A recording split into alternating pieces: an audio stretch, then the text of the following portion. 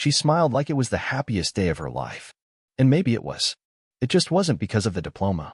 The auditorium echoed with claps and camera flashes, and there she stood, Dr. Madison Keller. My wife. My investment. My mistake. 8 years. That's how long I funded her dream of becoming a surgeon. Late night studying? I made dinner. Overwhelmed by exams? I paid for private tutors. Student loans? She had none, because I covered every dollar. Her tuition, her books, her rent when we were still just dating, even the down payment on her Tesla. That night, she wore a white coat and the same perfume she did on our first date.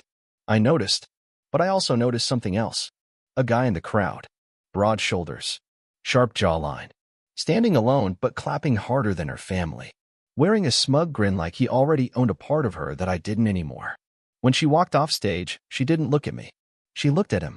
That was the moment the floor under my life began to crack. But the truth? The rot started long before that day. I was just too blind to see it. At the after-party, her energy was electric. Friends, professors, cameras, it was all about her. I stood with her parents as she made her rounds. Madison always had a way of making me feel like I was there to support, never to shine. I was the camera guy, the chauffeur, the quiet billionaire husband behind the curtain. Yes, billionaire. You see, 2 months before her graduation, my tech startup, Virion, got an acquisition offer. $660 million. I didn't tell anyone, not even her. Something told me to wait. Call it intuition. Call it a whisper of warning. Either way, I trusted that gut feeling more than I trusted my own wife's eyes at that party. She never asked how my company was doing. Not once during the champagne toast. Not during dinner. Not when we sat alone for a moment under the fairy lights in the garden. Instead, she leaned close and whispered, "Soon, I'll finally be free to build my life the way I've always dreamed." And that was when I knew. She wasn't talking about her career. I didn't flinch. I smiled, kissed her forehead, told her how proud I was. And that night, when she fell asleep in our bed with her back to me, just like she had been doing for the last 6 months, I got up, slipped into my office, and called my lawyer. The divorce papers she was secretly drafting? I'd already seen them. Found the digital file by accident 3 weeks earlier when I borrowed her laptop to check an email. A folder titled Freedom. Inside, her drafted statement of irreconcilable differences. A financial breakdown of everything she thought she'd take. Her new life plan post-separation. A checklist with file for divorce right after graduation, highlighted in pink. She never knew I read it. She never knew I'd seen the text messages between her and Liam, the smug bastard from the ceremony. "Can't wait to be yours fully," she typed. "He's too focused on his little company to even notice." She had no idea that little company had just changed my entire life. So I played along. I sent flowers to her residency acceptance letter. Took her out to celebrate. Gave her nothing but praise. And in the background, I quietly moved every asset, every dollar, every patent, everything into a trust. Under my name. Alone. A week later, on a rainy Tuesday, she finally filed. And that's when the panic began. The email came first, her lawyer, someone I didn't recognize, sending a formal notice that Madison Keller was filing for divorce on the grounds of emotional neglect and irreconcilable differences. She didn't even have the courage to look me in the eye. I sat at my kitchen island, sipping black coffee in silence as I read it. I didn't feel pain. I didn't feel rage. Just confirmation. She thought she was 2 steps ahead. Poor girl didn't realize the game had already ended. That night, she came home late. Makeup flawless. Lingerie under her coat, I could tell. Not for me, though. It hadn't been for a while. She walked into the kitchen like nothing happened. Like the last 8 years were a temporary loan I wouldn't be repaid for. "I need to talk to you," she said, sliding her phone into her purse. "It's about us." I nodded slowly. "Let me guess, you're not happy." She blinked. That threw her off. "I just feel like we've grown apart," she began, voice all fake concern. "You've changed. You don't support me emotionally anymore. You've been distant." "Did I feel distant when I paid your tuition?" I asked, watching her freeze. "When I sold my car so you wouldn't have to take student loans. When I skipped every vacation for 4 years so you could study in peace." Her mouth opened. Nothing came out. For once. She tried to recover. "This isn't about money, Jason. This is about my independence. I need to be free to explore who I really am." I leaned forward, calm. "And does Liam help you explore that?" She turned white. I've never seen someone's confidence drain so fast. It was beautiful, in a dark, poetic way. She tried to speak, but the words stumbled. W who? You really think I don't know? I laughed. You think I'm some clueless idiot who doesn't notice when his wife lies about working night shifts but comes home smelling like a stranger's cologne? Her face twisted. Not in shame. In anger. The way a child gets mad when caught red-handed. You went through my stuff? No. You left it open. Like everything else you're sloppy about. Now the claws came out. I've wasted the best years of my life trying to be your perfect wife. She snapped. You think money makes you untouchable? You're boring, Jason. You've always been boring. I want passion. I want a man who makes me feel alive. I stood still, watching her unravel. She kept going. You can keep your money. I don't care. I have my degree now. I have options. I'm not scared to be alone. I almost pitied her. Because 2 days later, her attorney emailed mine. And reality hit her like a freight train. She wasn't entitled to a dime. The trust was airtight. The assets she listed in her divorce claim? Already moved. The mansion she thought she'd win? Technically owned by the foundation under my mother's name. The stock she believed she'd cash out? Liquidated and relocated. She called me 23 times in one night. The same phone that had gone silent every time I texted her at the hospital now wouldn't stop vibrating. I never picked up. The last voicemail she left? Jason, please. We need to talk. I didn't mean for it to go this far. I made a mistake. We can fix this, I swear. Just call me back, okay? Please. But I was done playing the fool. I let her sit in that silence she once weaponized against me. I had made my decision. And it was just the beginning. I saw her in the cafe 2 weeks later. She didn't see me at first. Her back was to the window. She looked smaller now. No makeup. Hair tied in a loose, messy bun that screamed, I didn't sleep. A far cry from the flawless doctor wife she pretended to be. Across from her sat Liam.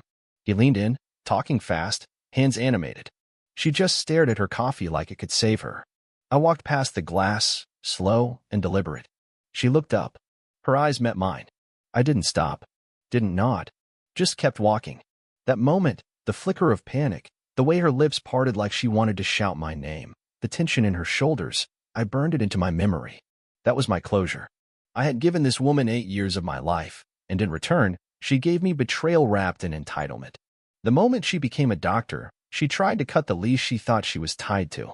She never realized I wasn't the leash. I was the spine holding her life together. That night, I got a call from her sister, Rachel. We'd always been cordial, never close.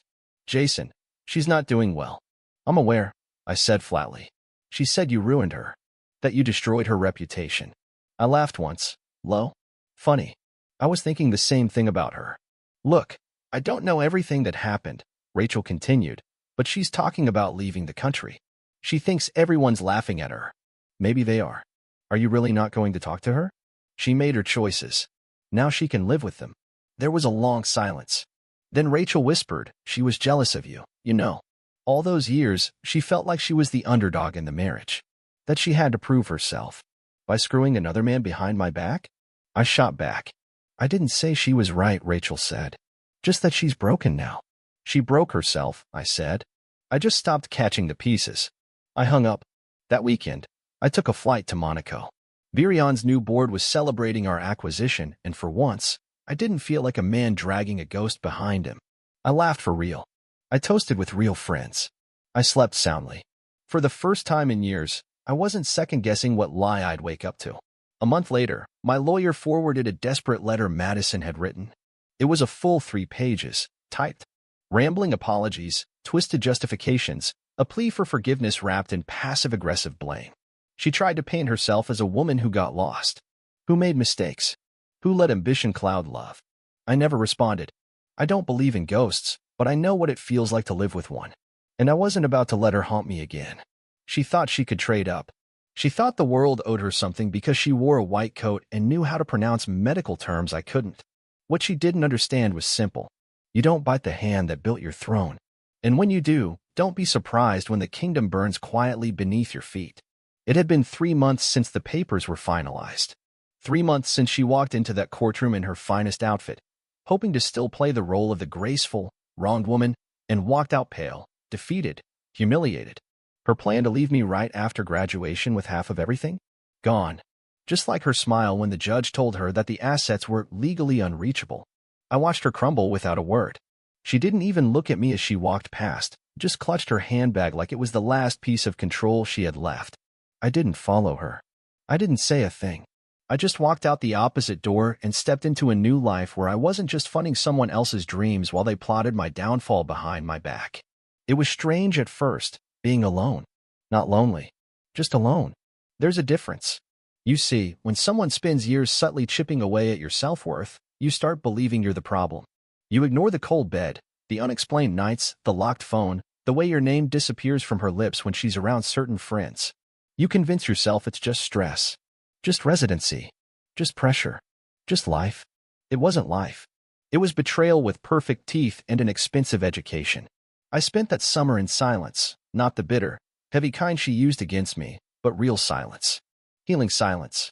Mornings without tension. Nights without fake love yous. No more lies about overnight shifts that ended at 2 a.m. with a wrinkled blouse and no explanation. No more dinners where she scrolled her phone while I tried to fill the space. I had my company, my team, my peace. And the best part? I had my dignity back. She, on the other hand, had burned bridges she didn't even know she was crossing. I started hearing things from mutual acquaintances, how the hospital staff didn't quite trust her, how Liam ghosted her after the lawsuit news went public, how she moved back in with her parents temporarily, how she cried in the locker room during shifts. A part of me expected to feel something, maybe satisfaction, maybe even guilt, but I didn't. I felt nothing, because the woman I married no longer existed. She was replaced by someone who saw me as a stepping stone, a bank account with a wedding band, someone who truly believed she could orchestrate a divorce like a chess move and walk away wearing both the crown and the check. She underestimated one thing. I don't bluff. I had spent a decade building a future for both of us. But the moment I saw that folder labeled freedom, I realized she had spent just as long building her exit. And so, I built mine quieter, sharper, smarter. No explosions. No drama. Just a final move she never saw coming. And when her world collapsed, I didn't lift a finger. She wanted freedom. I gave her silence. 6 months after the divorce, she showed up at my office. Unannounced. I was in the middle of reviewing a new round of acquisitions when my assistant buzzed in. "Jason, there's a woman here. Says her name is Madison Keller. Do you want me to tell her you're in a meeting?" I stared at the glass wall across from me. The skyline looked like it always did, bright, distant, untouchable. I thought about telling her to send Madison away, but something in me wanted to see what rock bottom looked like in designer heels. Send her in. She walked in slower than usual, less of that entitled sway in her hips. Eyes darker, heavier. She didn't wear her ring, of course not, but she did wear shame-like makeup. Subtle, but layered. I didn't offer her a seat. "I didn't come to fight," she said quietly. I need to talk to you." I waited. I gave her nothing. She folded her arms, like she was trying to protect herself from the chill that wasn't there. "I know I handled things terribly. I know I hurt you. And I don't expect forgiveness, Jason." But her voice cracked just enough to sound real. I thought I was winning. I thought I'd step into this new chapter and feel powerful, independent. But everything I thought I wanted, it all turned into smoke. Still, I said nothing. "You don't even care, do you?" she asked, smiling bitterly. "You don't hate me. You don't miss me. You just moved on." I finally looked at her. "Madison," I said slowly, "I didn't move on. I moved up. There's a difference." She looked like she'd been slapped. "You were supposed to be my partner," I continued. "But you treated me like your safety net. Like I was holding you back. You gambled your marriage for a fantasy, and now you're surprised that fantasy doesn't pay the bills." Her eyes watered, but I didn't flinch. I had seen her cry before, usually after a lie unraveled. "I'm sorry," she whispered. "No, you're not," I said. "You're just sorry you lost." She stepped forward. "Please, just have dinner with me. One conversation. I want to show you I've changed." I chuckled. "Cold, dry, final. You didn't come here for closure. You came here because the world stopped giving you what I used to hand you freely." She dropped her eyes. I walked to the door and opened it. "This office isn't your redemption arc, Madison. It's the result of a life I built while you schemed behind my back. Now, if you'll excuse me, I have a meeting with people who actually respect me." She walked out without another word. And as the door clicked shut behind her, I felt it. Peace. Not the kind that's quiet. The kind that's earned. The kind that comes after you've been through hell, seen the devil in heels and lipstick, and come out smarter, sharper, and stronger than before. She tried to break me. She ended up freeing me. A year passed. I'd almost forgotten the sound of her voice. The way she used to weaponize silence. The exhausting tightrope of never being good enough for a woman who never really wanted me, just what I could give her. Now I woke up to sunlight on the Italian coast, not cold shoulders in a sterile bedroom. I dined with people who built empires instead of tearing down their partners.